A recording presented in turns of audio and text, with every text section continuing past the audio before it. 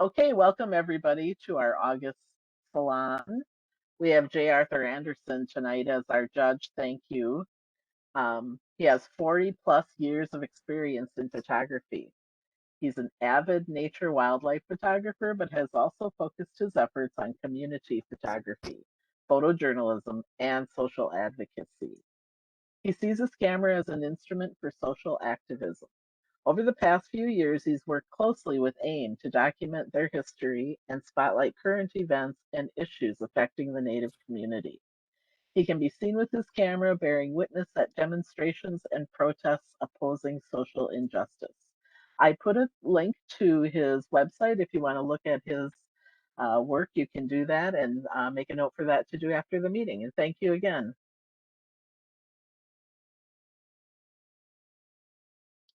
Yeah, and thanks for inviting me. So we're just jumping right into this, and so this is the category, the topic category of bridges, and so we'll just get started. Right, I should announce this is the Oh, this one is a bridge in the tropics. okay. I think that has a lot of pleasant aspects to this. I like the leading lines that take you to the bridge, so you have them like the river itself, the beach, the trees are actually pointing to the bridge, and I think it's a quality image. To me, it looks like, and you guys can correct me, that some sort of filter has been applied to this. I'm not sure. Uh, if I were going to do something uh, uh, to maybe bring this to the next level, is I would kind of boost the contrast of the bridge. Uh, and so, and that would naturally then uh, draw your eye right there. And so if you could just boost even the highlights just a little bit, then I think that could make a big difference in how successful this image is. Next. Okay, this is Black Hawk Bridge. Okay. I liked this image a lot. I like how stark it is. It kind of reminds me of an old movie, an old European movie of some sort, and so I like the really high contrast, the texture, uh, and uh, and so there's a lot that's really wonderful about this image. How the lines draw your eye into the image. Um, there were, I would have scored it higher if there were a couple of things that I just I was distracted by. One is, and and uh, this is actually a pretty small detail, but if you look on the right hand side, you have that part of the bridge support that looks to me a little hot, uh, and in a way that you could say, well, I intended to do that because it adds to that kind of stark look. Uh, but if there was some way just to have just a hint of texture and almost white, pure white, then I think that I wouldn't be as bothered by that detail. Also, in a heartbeat, I would get rid of some of the kind of incidental detail, like at the base and off to the right. I don't think it helps to tell the story at all, and it detracts from just the very graphic sort of presentation that you've got here. Next. Okay, next we have Blue. And it is blue. Uh, and and so I think it's a good subject. I think that the water really accentuates. Uh, I mean, you've handled the water well. I don't know if that was done with a slower shutter speed or not, but I think it's effective. Sometimes the texture in the water can interfere with what's going on. I think that it's I I think that from my point of view, the image should have been more dimensional and not so flat on. And so I think that's what I reacted to. I would have scored it higher if somehow uh, uh, it wouldn't have been quite as dead on.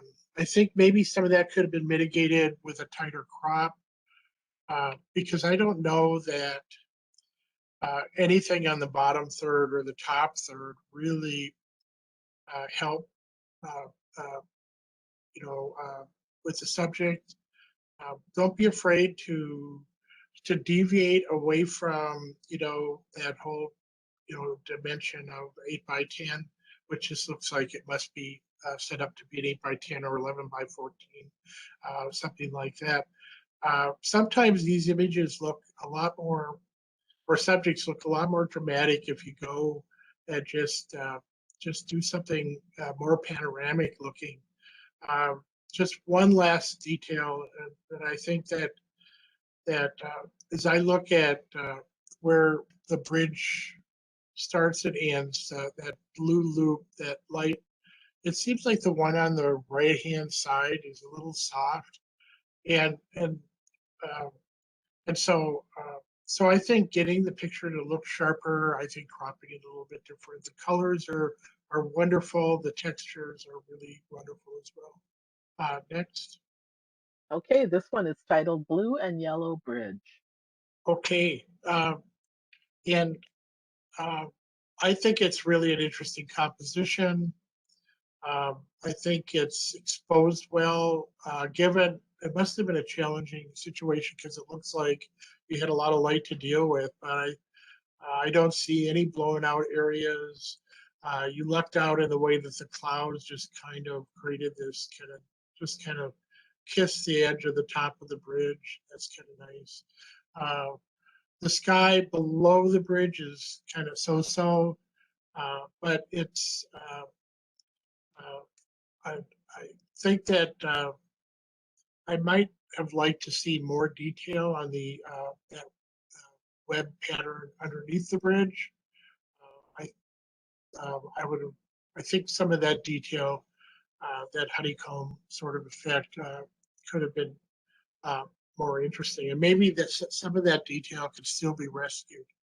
Um, I don't think that the bird flying in the image helps it at all because it's just not uh, enough of, it's not large enough to really uh, look, uh, all that helpful to the story.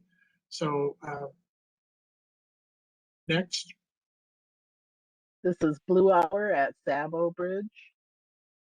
That's Sabo Bridge because it's named after Sabo. Martin Olaf Thank you. Sabo, the representative from Minnesota, uh, and who's passed away, I believe. Uh, and anyway, and the bridge is kind of in my neighborhood, so I uh, anyway, I like the fact that you did this in probably the blue hour. The It's a very interesting bridge. It has lots of nice angles, uh, and so there's a lot to work with there. And obviously, I think you must have used a pretty wide angle lens to accomplish this.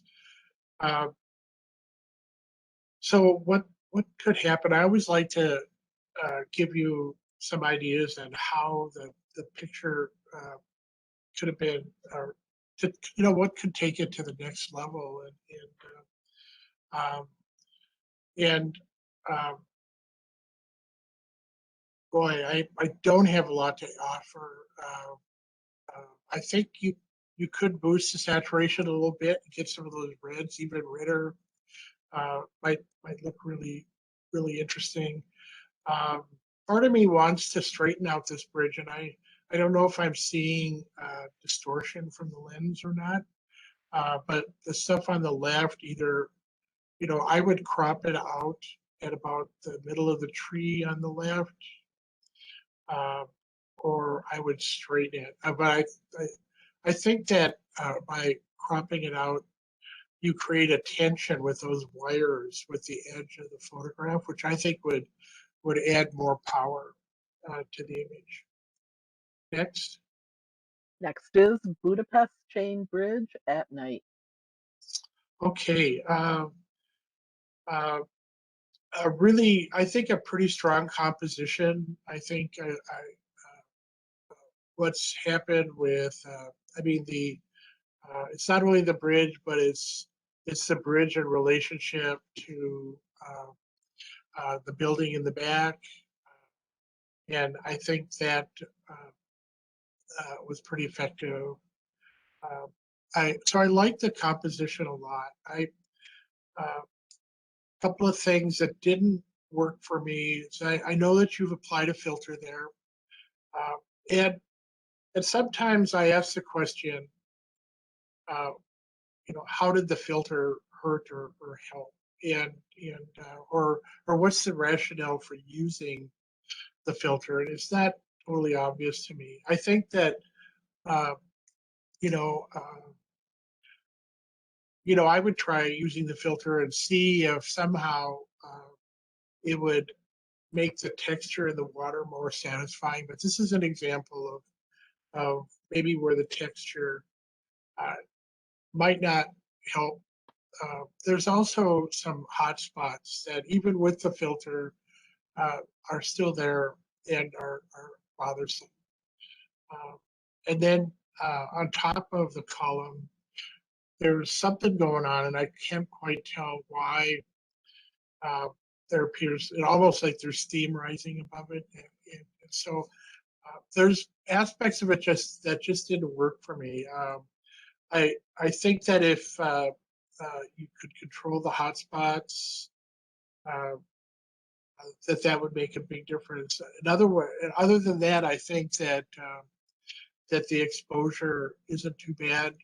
Uh, Although I'm contradicting myself, but it's got these hotspots. Next. Okay, next we have Country Bridge. Okay. This again, this was taken with pretty challenging light. Uh, that's you know, people are not faint of heart, so to try that. Um, I think it's a wonderful subject. Uh, I again, I think that the fact that it was taken when it was pretty bright, so what happens is you end up with harsh shadows. Uh, the portion of the bridge to the right uh, is probably darker than I would like to see, uh, and and yet the dynamic range here is truly being challenged because you have that cloud right in the middle, at the middle top that uh, is pretty hot. Uh, so I just think that there's lots of possibilities, and waiting waiting until the sun goes behind the clouds, or just taking a different time of the day uh, with different conditions would make for a better picture.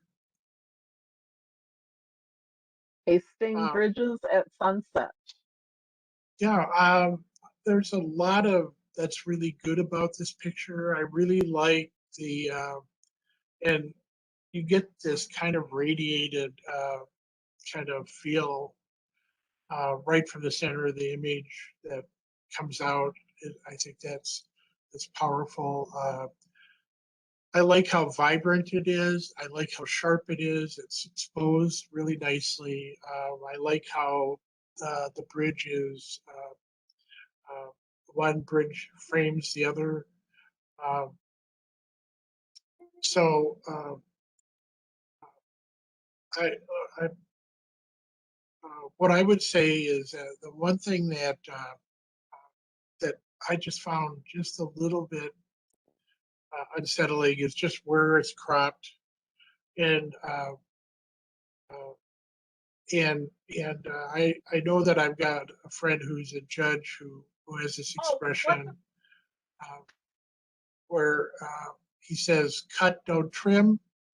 Uh, and so part of me wants the crop just to be just a little farther out, so, because it looks like it was just slightly trimmed and not cut, and so I think for me, uh, I'd be, and it could be that this is optimal, but in my mind, I'm thinking that if it would just have brought a wider crop, that it would have been more successful.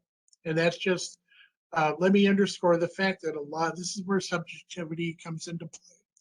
And so that's just where my aesthetic lies. And I don't want to say that everybody should have that aesthetic. But nice image. One other thought I had was I would check the color balance on this one and just see what happens if you do an automatic, because it seems to me, unless uh, you know, it seems to me that it's a little bit warm, that it could be made cooler, and then the colors of especially the top loops would get a little more deep red. So that again, that's an aesthetic that you may not share, but part of me wants the loops across the top to be uh, uh, kind of redder and not quite as just a little cooler than they are right now. Next. This one is Oh, Overwatcher. okay, and when I looked at it, it was uh, much much larger. So this thing was judged in a larger format than what it's showing right here. I like the blues. I'm just really a sucker for blue, and I just really uh, uh, love the blue tones, and I think it's, in a way it's almost a monochrome print with blue hues, and I like it a lot. Uh, my my problem with it is I just don't know exactly where to look, or compositionally it's challenging for me. I just I'm just not, I didn't resonate to the composition, and uh, and maybe that's because that bar that runs from right to left at the bottom kind of blocks the flow of the image. But for me, compositionally, it just doesn't come together. Next. Okay, next is Stone Arch. Okay. The person who took this picture, uh, is a courageous person, because this is a highly photographed image. And so I'm thinking about every other stone arch image that I've ever seen.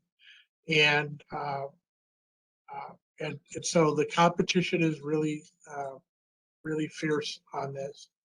Um, I I think that let's look at the bridge itself. I like the texture a lot. I think it's exposed pretty well. So is the skyline, um, and the reflections are nice. The water has some texture, but not too much. Um, I I'm distracted by a couple of things. I think this could be a much stronger picture than what's presented, and that's if you get just crop it in a way that gets rid of the foliage on the bottom. I don't. I personally don't need that, and also I would somehow clone out those branches that are up in the right top corner. Uh, Part of me thinks that I would like a different angle on the bridge as well, to where it would be kind of more not quite as steep an angle as what you've got here. And and I think that would also make it a more effective. It's not going to fix this picture, but I think if you crop it a little bit differently, uh, there's still a picture there, and there's some real quality aspects to it that probably could be brought out. Next. Next is summer fun. Okay. So here you got it. I do like the composition. I think the composition works really well. That's about the angle I want to see on that stone arch bridge that we just looked at, where you have a slightly more face showing in a less extreme. I like the way that the image is framed by the foliage. Um, I uh, but I am totally distracted by just how bright the the uh, the bridge is at the base where it meets the water, and you almost don't even see the bridge because your eye just goes there. And so I would be trying to tame it some. I would uh, reduce the dynamic range, and so what that would mean in this case is to do something about um, how bright it is at the base. I would probably should be shooting for something that's about the same brightness as the sky, and I would definitely lighten the face of the bridge. And I think if you lighten the dark and darken the light, bring those two together dynamic range wise, I think it's going to be a more effective image. And that's something that you could probably still do. This This is a is really Sydney nice, Harbor Bridge. okay, yep, go ahead. Sorry. Uh, uh, this is a nice, uh, I like many things about this. I like how it's cropped, where uh, the supports, the vertical supports are relative to the end of the frame. I like where the water is. And this is a good example of what I was saying. Don't be afraid of doing something panoramic.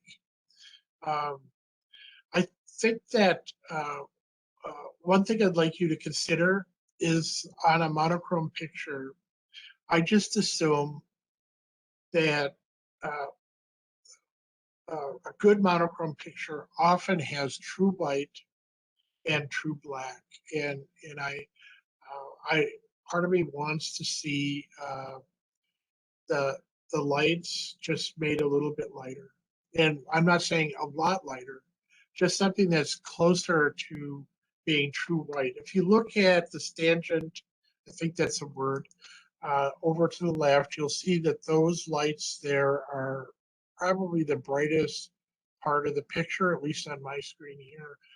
Uh, so, uh, so part of the picture is a little bit brighter. I kind of want to see that Ferris wheel and all that, just a truer white than what you've got going there. But there's much that's really nice about this.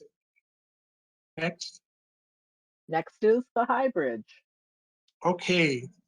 Uh, there's, I do art shows every now and then, and every time I bring anything related to trains, everything that I bring to the show often ends up selling because there are a lot of train buffs out there. So it's if you want to sell art, take pictures of trains. I like the uh, the graphic feel of the bridge itself. It's nice and sharp, uh, and and I I think that so what would I do to improve it? One is uh, I'm really concerned about the water flowing the wrong way because of the way the picture is tilted. And in my mind, the current goes the other way. I'm trying to make a joke. It's probably not funny. but I would try to level out the make the bank and that, because it's really not level. I'm not sure what that will do. Part of me almost thinks that the crop that there's too much bridge on the left, and that you could make the train more of a subject by just moving that in a bit, and maybe even as far as the tree, because that tree island might not help the story that much. The I'm not going to. Well, maybe it's a fatal flaw, but that really white support at the bottom uh, uh, is definitely problematic, but definitely fixable. That you ought to be able to select that really easily and and lessen that. But that is a huge distraction, uh, and it competes with everything else in the image. So next, Here we have under Interstate 494 looking westbound. okay, um,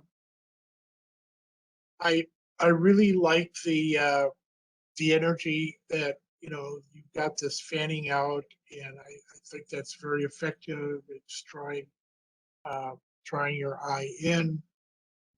Uh, I um, I'm a little bit distracted by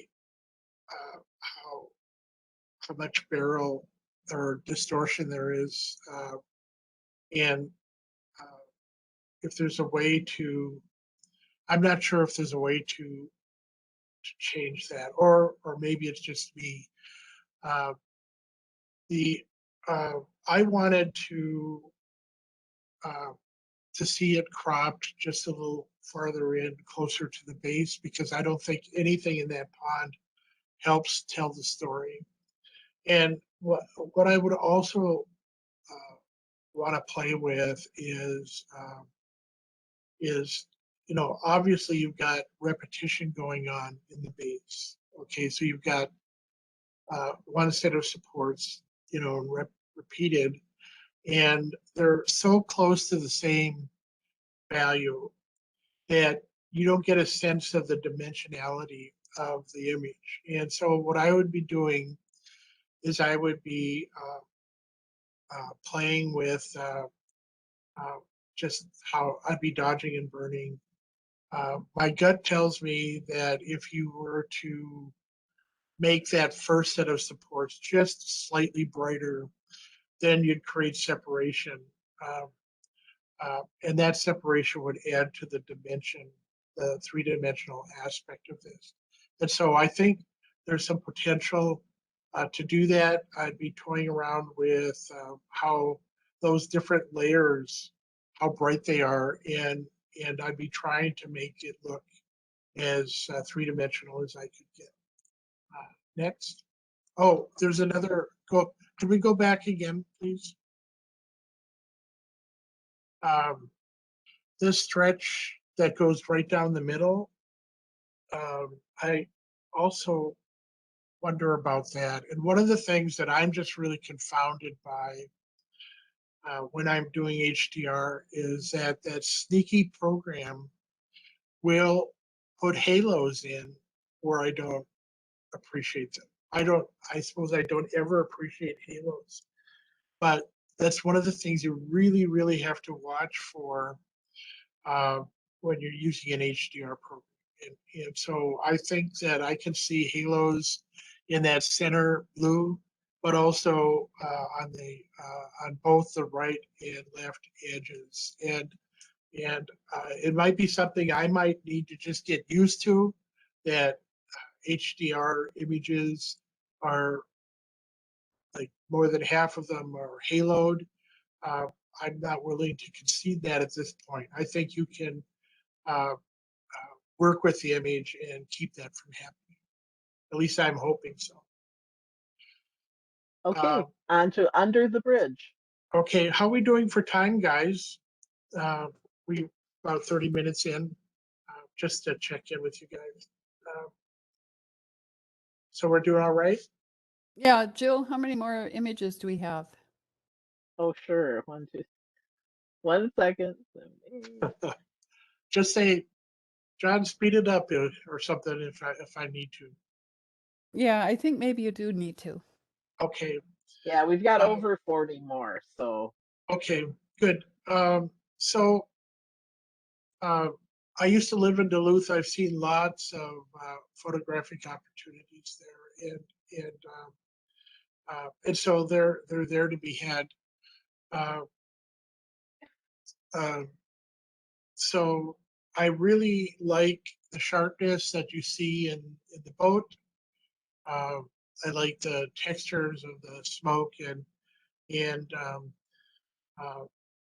I uh, I just think compositionally, I just can't make this picture work for me. It just I don't know where to look that's satisfying, and so that's what's kind of missing for me is the composition. Um, the way that the image was taken, it's kind of dead on. It's kind of flat, so the boat is flat, and it's uh, so I think if you were to step a little bit to the left and get more kind of angle on the boat, you you could the aerial lift bridge will take care of itself. I don't know what that means, but I think that that getting a different angle on the boat and making it more, and that what that would do is to make it more dynamic, because right now it looks static. Even though you've got the smoke going in the right direction, you don't know that the boat is going anywhere. And so if you could kind of create some kind of more of a three-dimensional feel, like the boat is actually going somewhere underneath the next. okay, Wabasha Bridge is next. Okay, it looks like the okay. Uh, Again, I really like monochrome images, uh, and I like the graphic sort of feel that this has. It in a way it looks kind of like again like one of those Life magazine uh, monochrome images that we grew up with. Um, and it's a but the problem with this picture is that compositionally uh, it's really hard because of you've got this stuff that's happening on top of the bridge for 3/4 of the image, and then you have that stops, and then you have the underneath the bridge, and um, I I think that they kind of are working in competition. How would you reduce that competition? I think by I would lower the, I would make it less, I would darken the uh, some of the pylons underneath, and because I think that your eye goes there, and I think that you'd rebalance the composition if somehow those weren't as bright. I'd try that. I can't guarantee that that's going to work, but I think it's one way to mitigate it. The other way that I'd be tempted to do is I think you could fudge a little bit and just move in the left crop, move it in just a little bit, and leave like 1, 2, 3, 4, 5 of the supports. Uh, and I think it becomes a stronger composition. Next. Okay, we're moving on to the eights now, and we'll start with this one, A Room with a View by Fred Sabatka. This is such a good picture. I wanted to be in that room. You know, it's a great view. I think you've handled it really well, both compositionally and exposure wise. And so uh, I'm I'm not sure. I'd be tempted to crop it a little bit in from the left, just because you don't necessarily need that lock and things like that. But you know, I think it works, and so it's really a nice image. Yeah. This is Bridge to the End of the Pier. I like I Sorry, I by like Melissa the, Anderson. okay, I like the, obviously the leading lines are really nice. Uh, and um, and I think that the fact that you've got, the boards that are running out kind of as a counter to the leading lines, I think that's a nice effect. Um, for me, where the picture breaks down just a little bit is at the very end. Uh, that the way the light kind of takes you off to the left of the subject. Uh, the way to maybe mitigate for that might be to burn the clouds on the left just a little bit, just darken the ones that are near the horizon. Uh, and ultimately, what you want is the highest contrast part of the image to be close to what the leading lines are leading you to. And so I'd be trying to, I would brighten that that ray, that sun ray that's coming right at the center piece. I would brighten that, and I'd even brighten right above it, so that your eye goes uh, is not conflicted. I think when you get to the end of the pier, then you don't know where to look, and I would be rebalancing the way the light works so that mostly the bright is right there at the end. Next. This is High Bridge Swing by Kelly Perry. Okay. Uh, so good creative spirit shown here. Uh, uh, obviously, a filter has been applied. I like the dots. Uh, it's uh, it's the nice composition. Um, I sometimes when you apply these filters, they work against you because people say, "Oh, they applied a filter," and I think generally it works. So I'm not sure I have anything else to say about this. But next.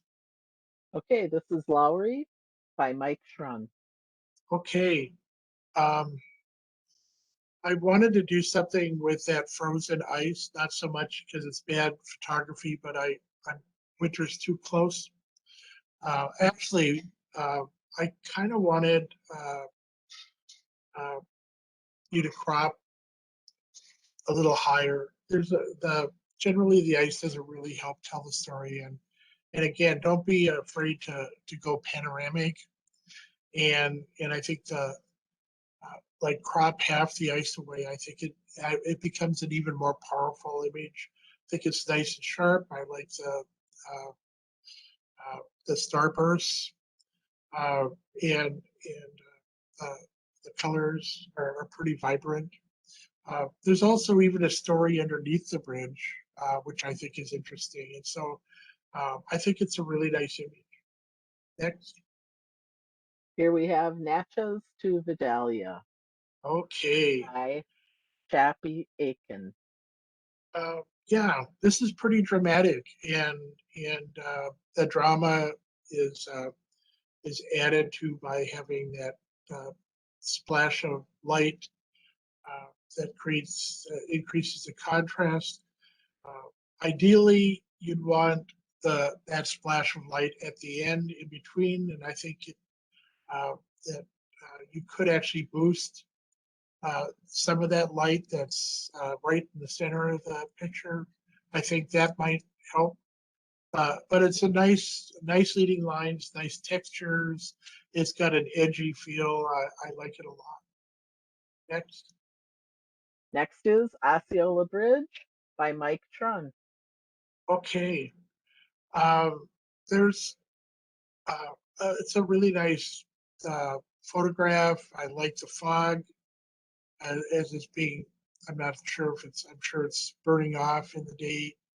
Uh, it's got some beautiful colors. It's nice and sharp. The water is cooperating with you. Uh, nice colors. The only thing that I might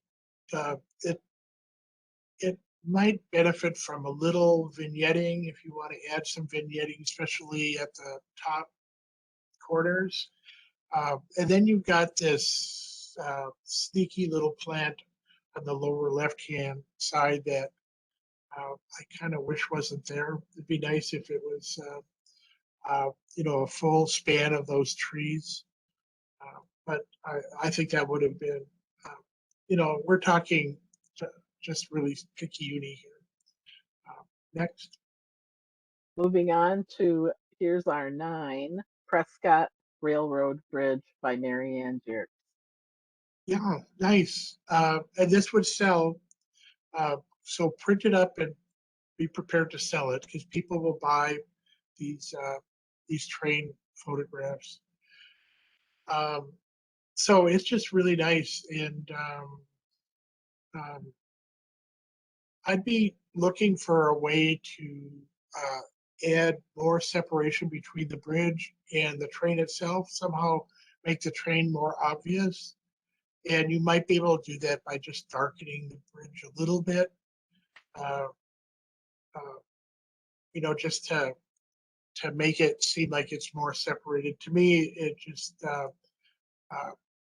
it could be more obvious that somehow the train. I'd be looking at trying to bring it out a little bit more, but you could leave it as it is, and it's still an excellent photograph. Next.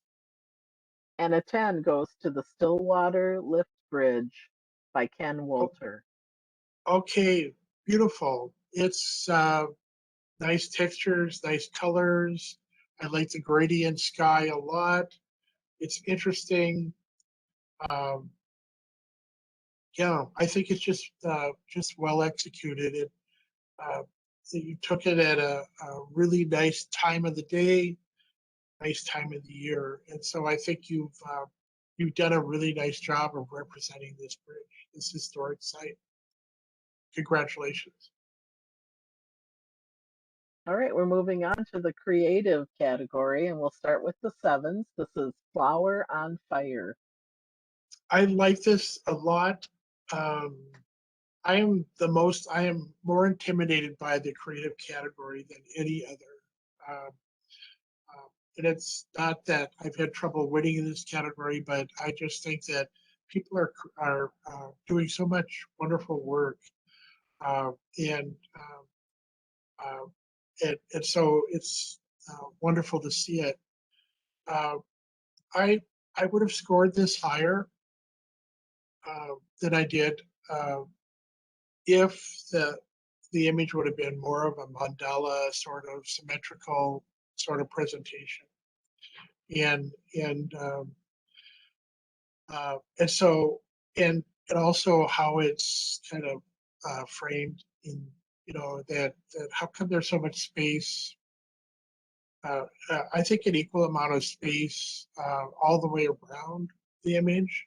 So add a little bit black on the bottom to kind of make it uh, uh, kind of more symmetrical.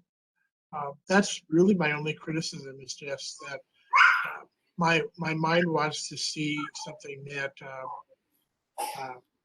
is more uniform. Next.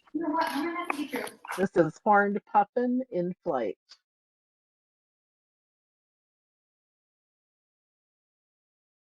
Uh-oh. Okay. Sorry. I think it's a really nice specimen, um, and um, this is where the technique just didn't work for me. I just didn't understand how applying this filter in this way really made for a better image or told a better story. And so sometimes it works. For me, it didn't. I think it's a wonderful subject. I like how vibrant it is. Um, and but I just didn't resonate with the textures, that vignetting uh, that was being presented here. Next. Next, we have Mount Rushmore. Okay.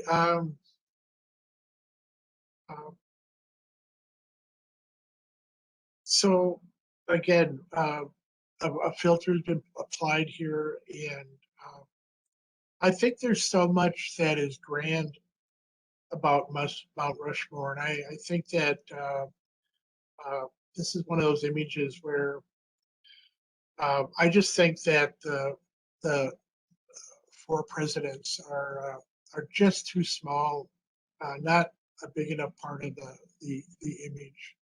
Um, I like what you tried to do with the framing of the, your image with the trees there.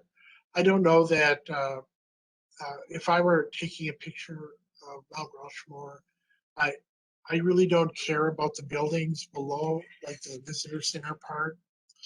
Uh, I'd be, you know, uh, so and then you get the other trees that are kind of even encroaching on that. So I just think move up, take a more dramatic shot, and try to create something that's more majestic by being closer. Next. Next, we have the corridor. Um, I I really like the colors. I like the textures. I like the energy uh, of this image, and like the bands of color that run through it. Uh, and other than that, I just whenever you do these creative things, some of it is going to be subjective as to people resonating to it or not. Uh, and don't get me wrong, I do like this a lot. I just think that relative to the other images submitted, uh, that it is that I had to pick some winners and there's some that didn't win. But it's a really great attempt, and I wouldn't change a thing. Uh, okay, Okay, this uh, is Tota Gothic 1. okay. Um, uh, my I like the colors. I like the flow of the light and the textures. Like for instance, so lily pads that run through at the same angle as some of those bands of light. Uh, I uh,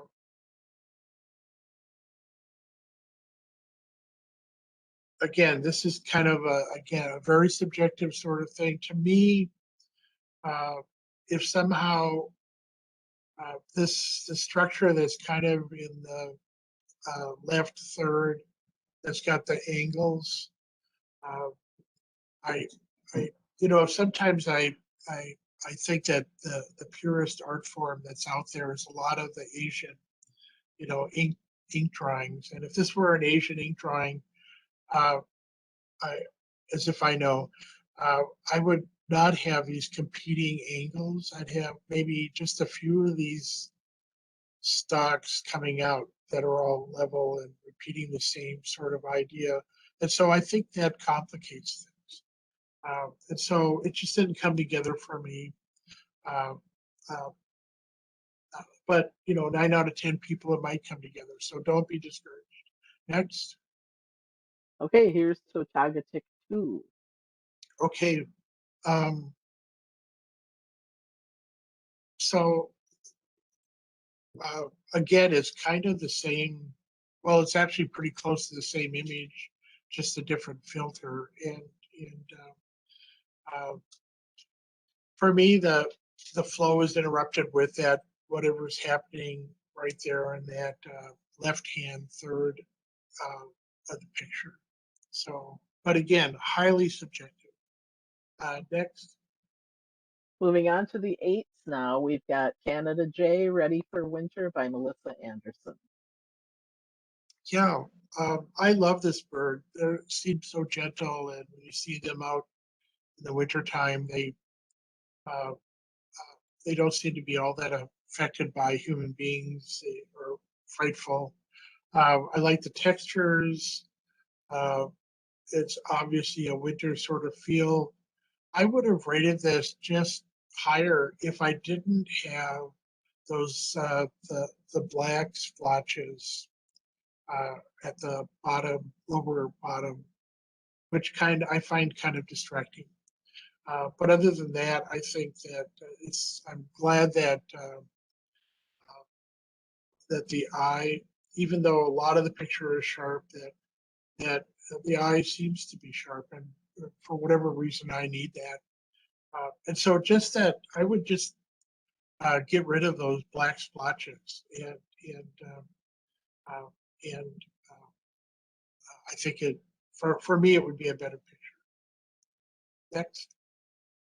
Here is Sylvan Lake by Nick Warnken. Yeah, these are wonderful uh, um, landforms, and you photograph them wonderfully. I like the textures, and I like the tones, the gradiated sky. Uh, and so it, obviously it is a little bright, but I think that helps bring out um, the textures in this case, and and you've included a splash of color. Um, but the first time I saw this picture, I just totally reacted to that tuft of grass in the lower left-hand uh, part of the image, and I thought, well, that's kind of a fatal flaw. So, somehow get rid of that and crop it out. It might be necessary, though, to have that in order for the green on top to make sense. So I'm liking it better than I did the first time, but I have to say I did kind of react to that. In my mind, it's a better picture cropped without the green on the bottom.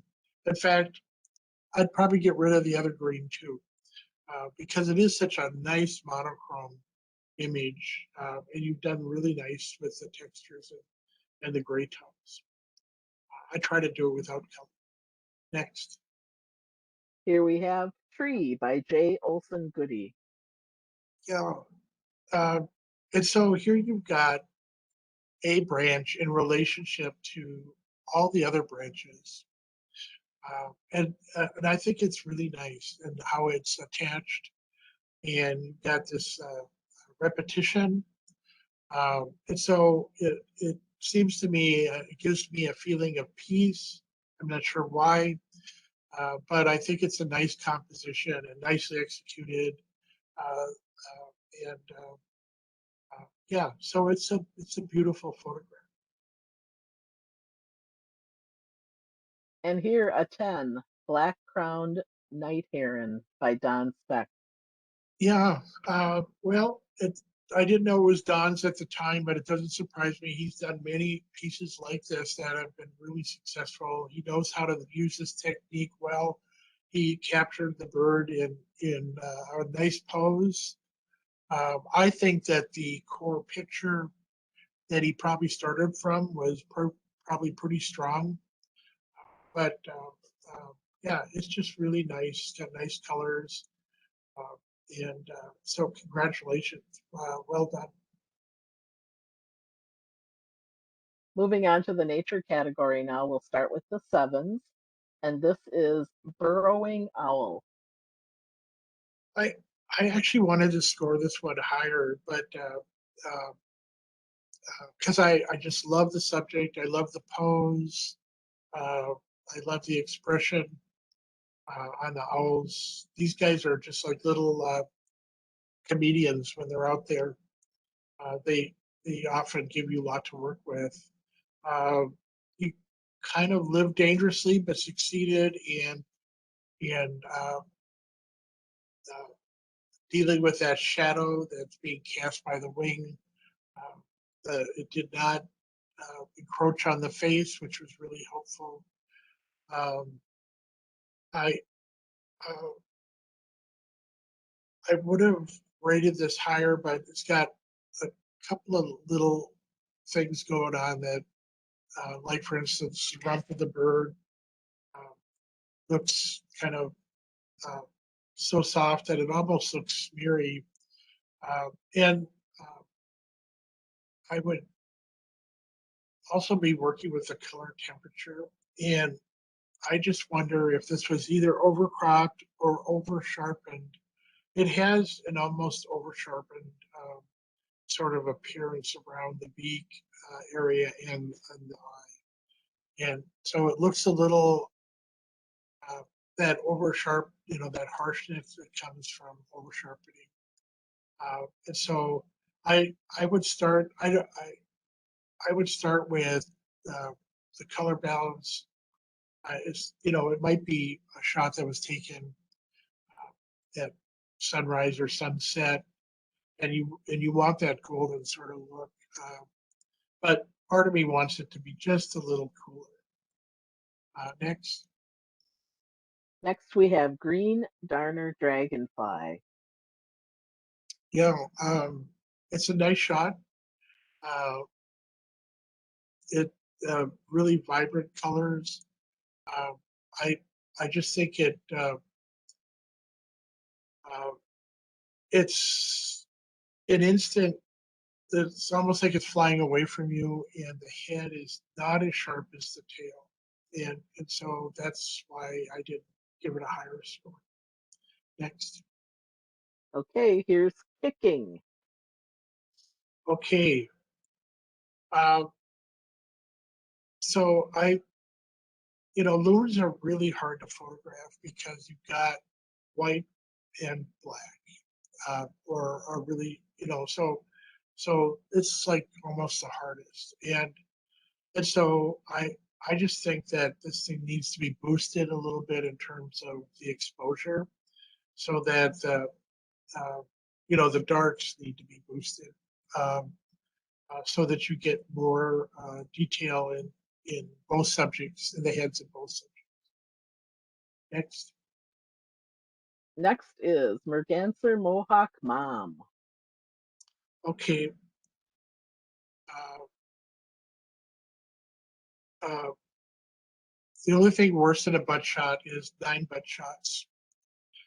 Um, and so, and I'm sorry for trying to be funny here, but yeah, there's so many pictures that I take that where I'm just a little bit late on the draw, and it's so much more interesting to have these critters swimming towards you than away from you.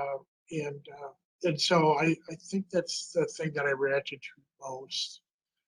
There's also just a heck of a lot of texture in the water, which you can get around that, but you've got a lot of hot spots off to the left there that, and so it's hard to decode and find all those little guys, given so much texture.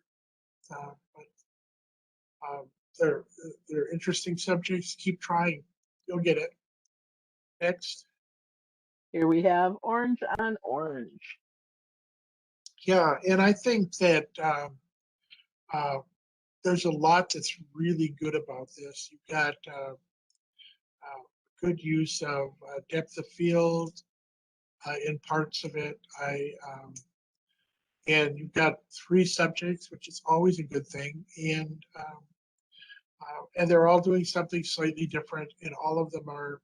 There's good separation. There's good variety in the 3 subjects.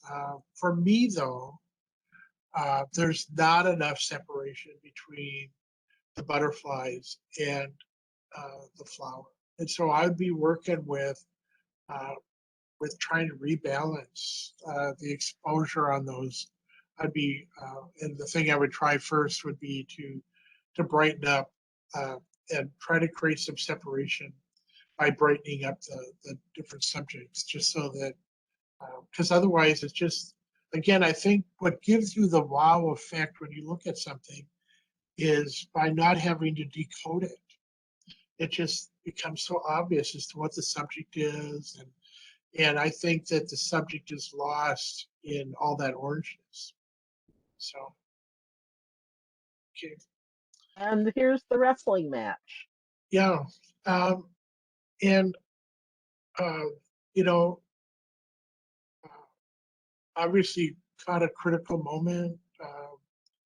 You, it's nice and sharp. I think it's the bird itself seems to be exposed pretty well.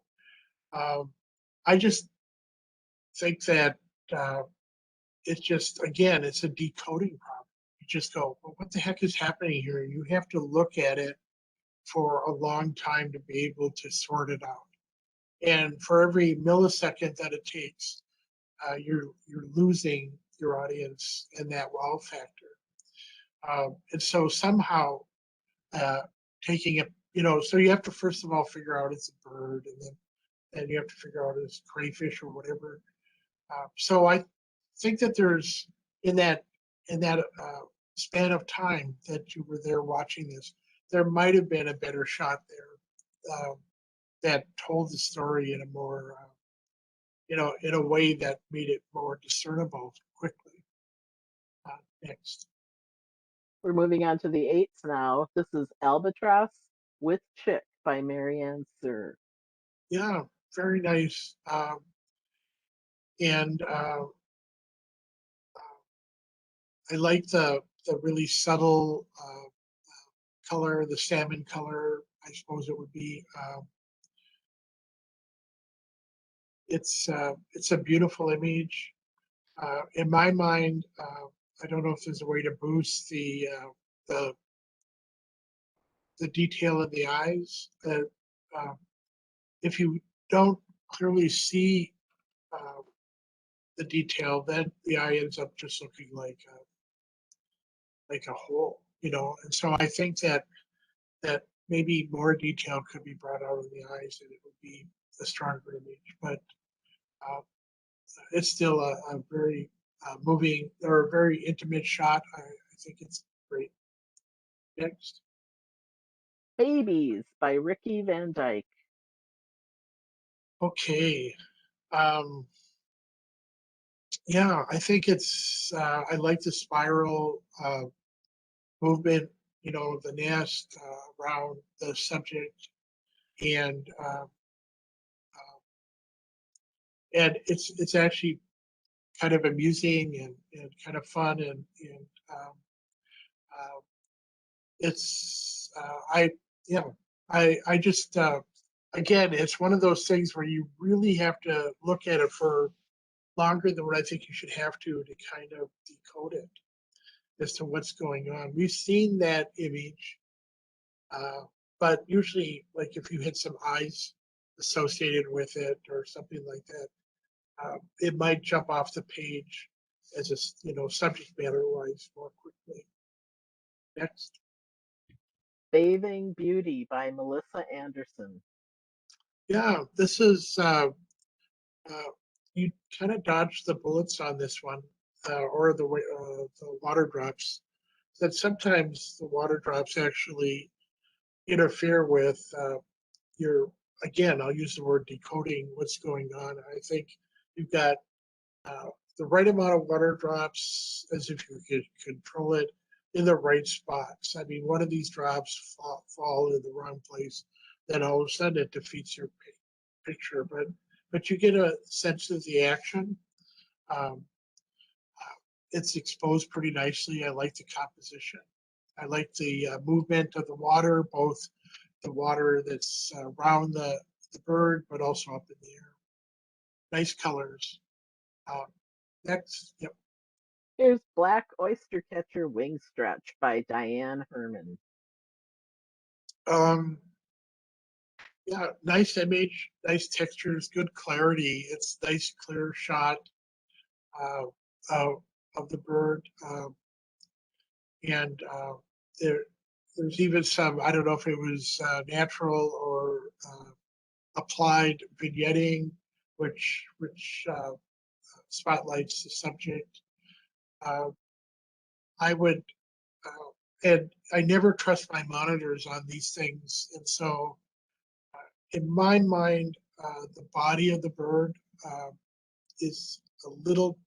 I'd be trying to see if I could tease out any kind of texture out of that, but it may be there on somebody else's monitor. It's just not on mine here. But a really nice shot. Next. Finally, Good to the Last Drop by Mary Ann Jerks. Yeah, nice shot, nice and sharp. These are really, even the wings, uh, they have a little bit of motion, but yeah, it's a very nice, nice image, nice colors, nice texture, nice exposure, and the colors are great. Uh, the only thing that kind of I would love for just a little bit more of the beak to be showing. Um, but that's just a personal preference. It seems like, yeah. So optimally, I think just an instant before or an instant after this, or in the case of hummingbirds, a half an instant before or after. Maybe you get more of the beak, which I think would make for a better picture. Next. Okay, we're on to the pictorial category, and we will start with the sevens. This one is Okay. All I Want for Christmas is My Two Front Teeth. It's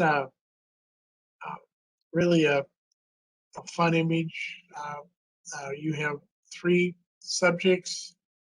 Uh, they're all presented pretty well, and uh, so I like the way that they're arranged. Um, and we just know about how exuberant these kids can be with their missing teeth. At my age, if I were missing my teeth, I'd be mortified. But these guys just love it. Um, so, what would I do to uh, make for a better picture? I think I'd brighten the eyes a little bit, and maybe the mouth, maybe the face in general, especially the center subject. I think there's a little potential uh, to to brighten those faces. But that's pretty much all I have to say about that. So next, Badlands Morning. okay,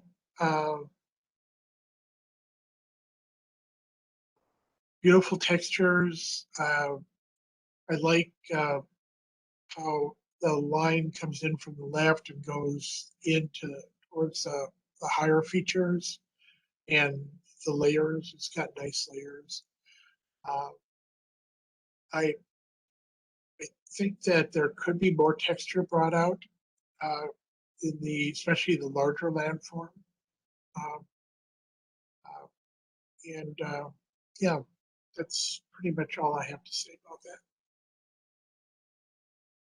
Bighorn Sheep.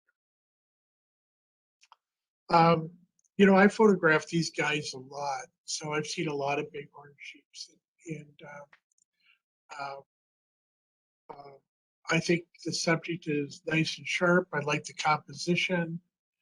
Uh, I might be tempted to bring the uh, the crop a little bit lower to create a little bit more tension between the edge of the photograph and the horns. But part of my reaction to this picture is this is one uh, wimpy ass sheep. He's not, even though he's got some pretty good horns, he doesn't look that healthy. And so if you've been out there, you could see some of these guys, and they are just really like linebackers playing football. And this guy looks emaciated and tired. And so I just think that, so I kind of reacted to uh, the uh, the individual as just not being that attractive as a sheep. You know, I've been out there too long when I start telling you which is an attractive sheep and which one isn't. Okay, next. Okay, on to Blacksmith. I always like things like this. I don't. Most people don't know that I spent time as a one of my careers in life was that of being a welder. So I, I worked for making doing steam fitting and things like that. So I worked a lot with fire and these sorts of tools. Although this is blacksmithing, Um, I love the warmth, the warm colors. I think the subject is really interesting. I like the soot uh, and all that. The textures are really nice. What I kind of think would make for a stronger image is that there's a way to take this picture where the subject becomes more prominent and it becomes more dramatic. So it's just not as dramatic as I think uh, an image like this can be. And what I'd be tempted to do, and this is just my style, is I'd be shooting through the flames or something like that, or I'd be connecting him to his fire, and so I'd be changing the angle, trying to do something more dramatic. You've got great stuff to work with here. Just get in there, get in his face, uh, you know, violate his social distance, uh, do all that in order to get a dramatic shot.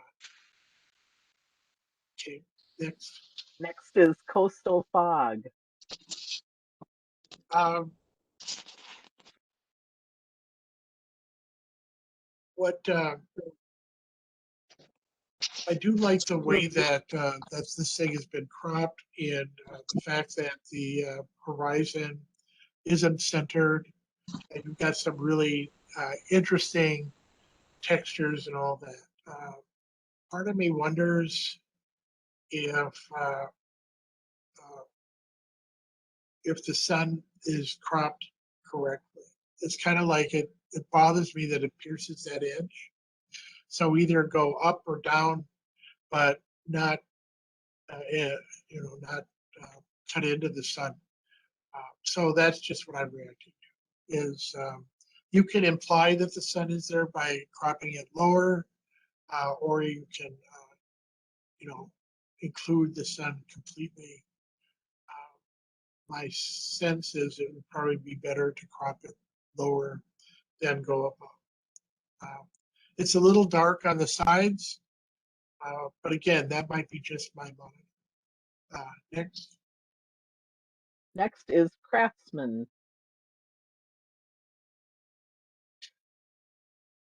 Okay, same with this one as I said in the last, is that I like to, when I'm taking these pictures, I like to violate that person's social space. Okay, and I know COVID and all that, but just get right up in there and become part of the story. And so you can see the tools, you can smell the wood and the textures. Um, I think also uh, I would be doing something that would bring out. Uh, he seems a little dark, especially his beard, and so I would want to see that be more uh, uh, dramatic. So whiter, whiten it up and get more light onto his face. So I would, if this were my shot, I know that you've got a leading line that draws you into it, but I think it's not as dramatic. He's doing something, and I really want to know what he's up to. And by getting in there and even making him uncomfortable with how close you are, uh, could make for a much more dramatic image. I want to see like the curls and what's been carved. You can see in the tools there, the residual, the wood. That's all part of the story that you've uh, not been able to optimize with this image. So I'd say get in there and get that shot. Next. Next is dome at twilight. Okay.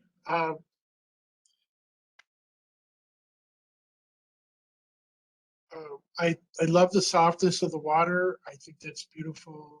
The colors are really nice. This is uh,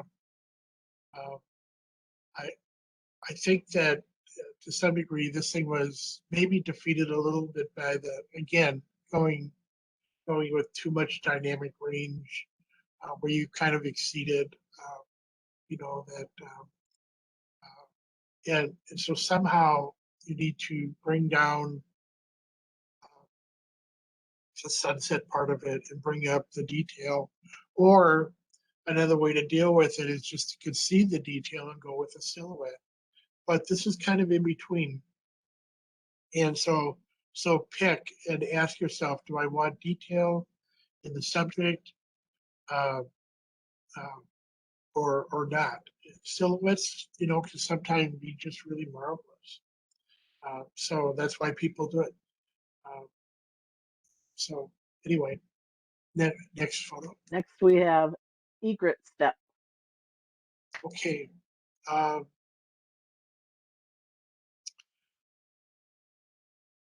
So we've seen, again, we get to see lots of wonderful egret photos, and so you're competing with everything that's already been done. And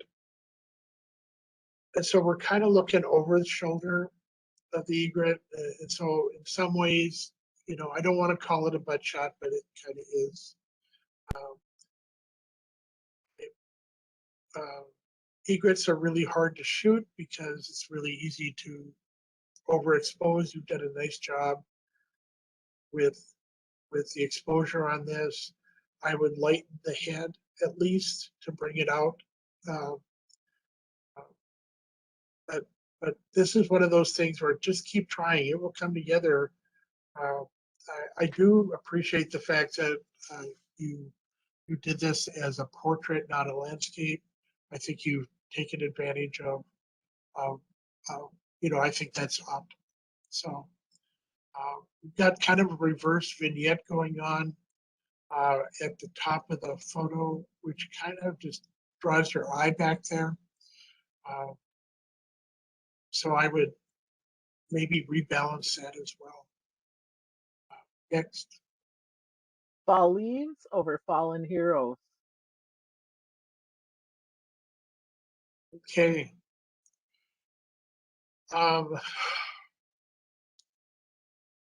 These situations, yeah, you really picked a nice setting in terms of using that particular tree and in that time of year. It's beautiful. The fallen leaves, I think, is a really nice metaphor. And I do like how your eye gets drawn into the picture because you lined up things so that so your eye gets drawn in. One thing that I think works against all of this is where the sun is placed, and that that sun is competing with everything else in the whole picture. In fact, if you could get the sun out of the picture, it might be a stronger picture. Or if there was a way of getting those sun rays to fall, immediately behind the tree. But the fact that it's off to the left, I think, just it ends up competing with everything else you're trying to do. Next. Next, we have fishing on the edge. Okay.